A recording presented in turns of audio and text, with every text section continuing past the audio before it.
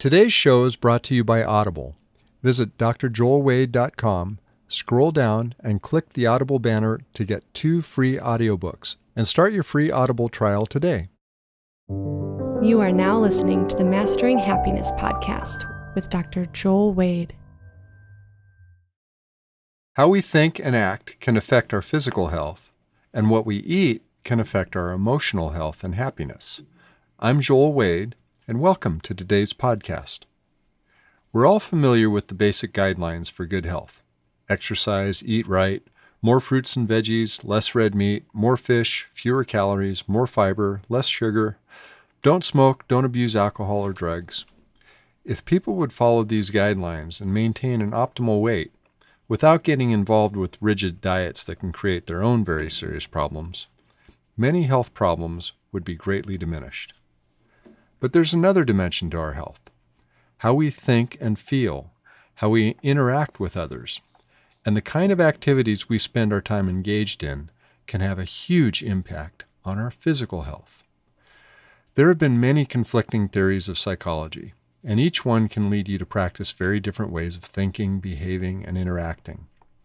The criteria I use to judge what's helpful and what's not is how it affects a person's happiness, their relationships, and their resilience. Do they function better? Are they better able to enjoy the company of family and friends? Does this help them to be more effective and to live a better life? It's also nice to have some research that serves to measure some of these criteria. Fortunately, over the years, there's been a great deal of very good research that's beginning to show some clear and consistent guidelines for how to practice psychological health and live a happier and more fulfilling life. It's also shown some practices that can lead to a physically healthier life. There's a clear difference, for example, between people who are more optimistic or more pessimistic. Optimists have a greater longevity, living an average, by some estimates, of about 8 years longer than pessimists. They have healthier hearts, more resilient immune systems, and even have fewer bad events happen to them, because they take active steps to anticipate and avoid them. Optimists tend to practice healthier behaviors. For example, they tend to give up smoking, while pessimists don't. The skills of optimism are also a powerful inoculation against depression. Optimists tend to be more effective in general because they tend to look for solutions to problems, while pessimists, in general, tend to look for problems in the solutions. Optimists tend to have better social support because people tend to stay in contact with optimists longer. As the late Chris Peterson of the University of Michigan told a group of us, "Misery loves company, but company does not love misery." From the ongoing Harvard longitudinal study that has followed men over 7 decades, there was no difference in health up to age 40. But from ages 40 to 50, optimistic men stayed healthy, while pessimistic men began to get sick and die, usually from heart problems. If they had a second heart attack, it was correlated with pessimism, not the traditional health indicators such as cholesterol or high blood pressure. The former director of the study, Harvard professor George Valent, MD, shows how to apply it to your own life in his marvelous book, Aging Well. Optimism is only one element of a happy life, but it's the easiest one to improve. While some people are naturally more optimistic than others, it's possible, by practicing some fairly simple skills over time, to become more optimistic. I have lots of ideas for doing this. If you sign up at my website at drjoelwade.com, you'll get a free Learning Optimism e-course. Another important quality is conscientiousness. The propensity to follow socially prescribed norms for impulse control, to be task and goal-directed, to make plans, to delay gratification. This leads to greater longevity and better health. And here's an interesting thing. It can also help to find a very conscientious person to marry, because the spouse of a more conscientious person gets the benefits of improved health and longevity by virtue of their mate's virtue, regardless of their own personal practice. Another quality that can affect your health is how much positive emotion you enjoy in your daily life. Positive emotions tend to act as an antidote to negative emotions and experiences. A ratio of about 3-to-1 positive to negative emotions is the tipping point where positive emotions come more easily and the benefits really start to take hold. Positive emotions relate to longevity and cardiovascular health, as well as stronger immune functioning, lower neuroendocrine and inflammatory activity, fewer symptoms of illness, and less pain. Positive emotions also lower the likelihood of hypertension and diabetes, risk of stroke, and even susceptibility to the common cold. Positive emotions have also been shown to counteract depression following a crisis, and minimizing depression can have a very positive effect on your health. Depressed people are much more likely to have heart problems, and depression itself can make it difficult to do the things that can improve your overall health and well-being. This isn't to say that we should shun negative emotions. Our whole range of emotions are essential for living well. It's the ratio that matters, and bringing awareness, and therefore an element of choice, to our emotional habits and beliefs can help us to work with our emotions, so our emotions won't be working against us. There are certain skills that can counteract depression, and deliberately practicing gratitude is one of these. The simplest intervention that has been shown to both increase happiness and decrease depression is to simply think of 3 good things that happened at the end of each day and why they happened. Practicing forgiveness, avoiding holding grudges, and decreasing hostility also have a positive effect on the health of your heart. The bottom line is this: practicing optimism, conscientiousness, positive emotions, gratitude, and forgiveness can significantly improve the quality of your physical health beyond the better-known steps of exercise, diet, not smoking, and not abusing alcohol or drugs. Now let's look at this from the other side of the equation, how our diet can affect our emotions and our overall psychological health. About 25 years ago, my mom gave my then new bride and me what has over the years become one of our most use-worn cookbooks, the Mediterranean Diet Cookbook. Being someone at the time that enjoyed eating whatever I wanted, a cookbook with the word diet in it would not normally grab my attention. But fortunately, my wife is smarter than me, and I love olive oil, garlic, tasty spices, and fish. So these were and are recipes that have never felt like diet food. Throw in a little red wine and you've got a regular celebration. The idea is that by eating food that features a variety of multicolored, nutrient-rich vegetables, low in saturated fats, with an emphasis on more omega-3 fatty acids found in deep water ocean fish like salmon, our hearts and the rest of our bodies can be much healthier over time. But this story is becoming much more interesting. It looks like the food we eat may have a lot to do with our psychological and emotional health as well. In almost every area of life, things have improved incredibly over the last 5 or 6 decades. Our health and longevity are better. Pollution is lower. Violence has declined. Our abstract reasoning ability has grown. And technologically, we have come to accept things like laptops and smartphones that were pure science fiction a half-century ago. But there's one serious affliction that has grown by about 5-fold over that same period of time: depression. There are certainly many reasons for this. Martin Seligman has shown that depression is often a symptom of helplessness. We're more sedentary nowadays, which can exacerbate a sense of the inability to act. We also see the worst of what's happening among all 7.5 billion of us piped directly into our limbic system via modern media.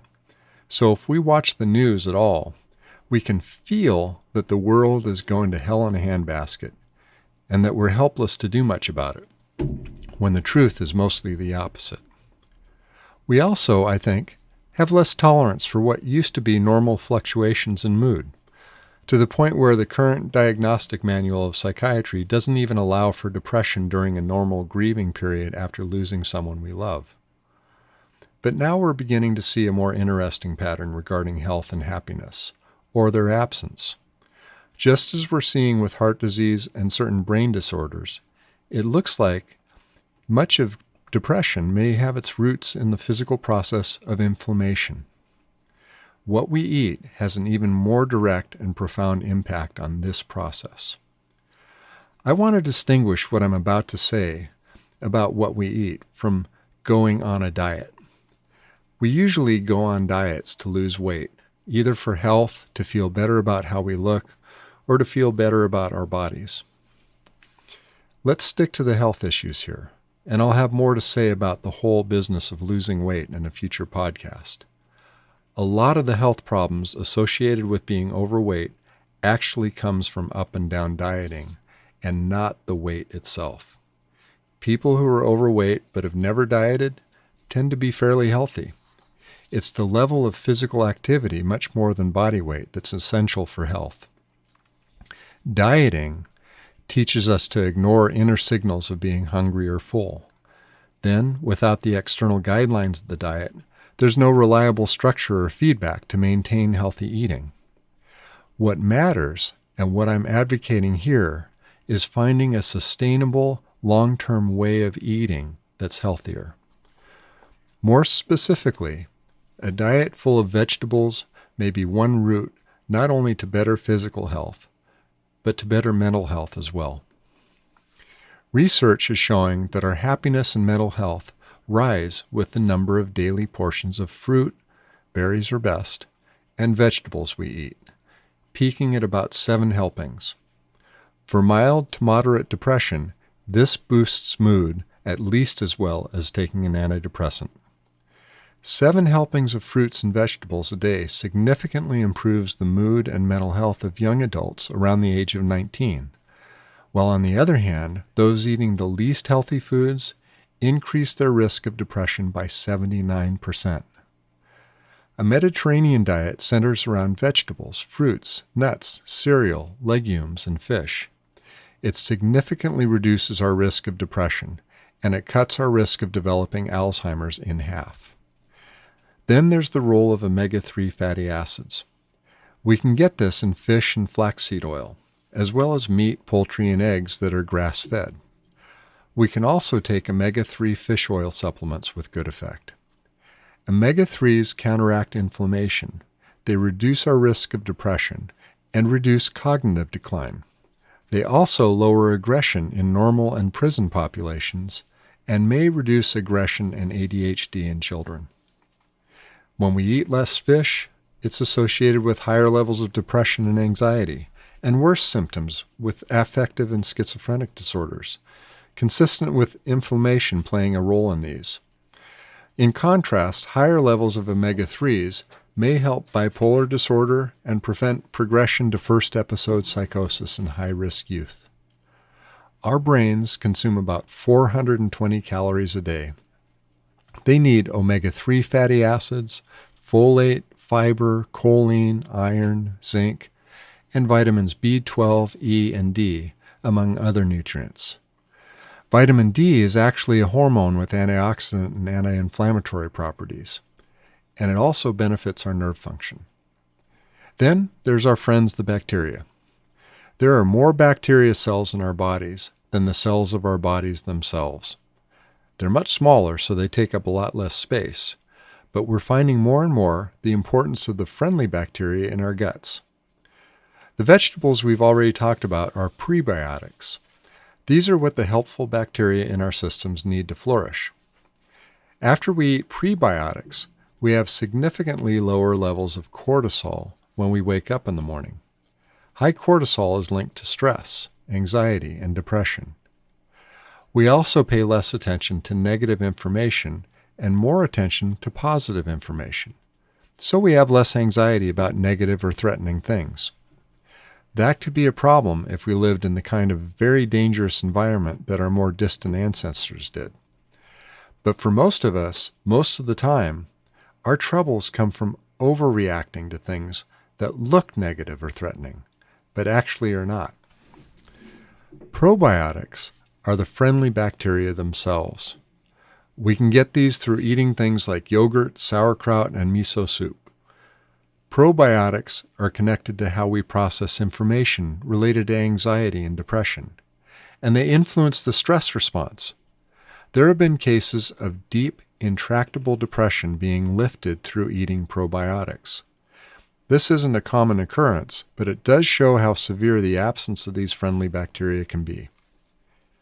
In my office, I have shelves of books on psychology. I could never have guessed 25 years ago that a cookbook would compete with them in importance. But with all the research coming out on lifestyle, happiness, and psychological health, it may be that what's in our refrigerator is as important as what's going on in our heads. Consciously learning and practicing the skills of optimism, conscientiousness, positive emotions, gratitude, and forgiveness can provide huge benefits for your physical health, while practicing some good general habits of eating well over time can improve not only your physical health, but your psychological and emotional health as well. Combining the two can be a great recipe for a happier life.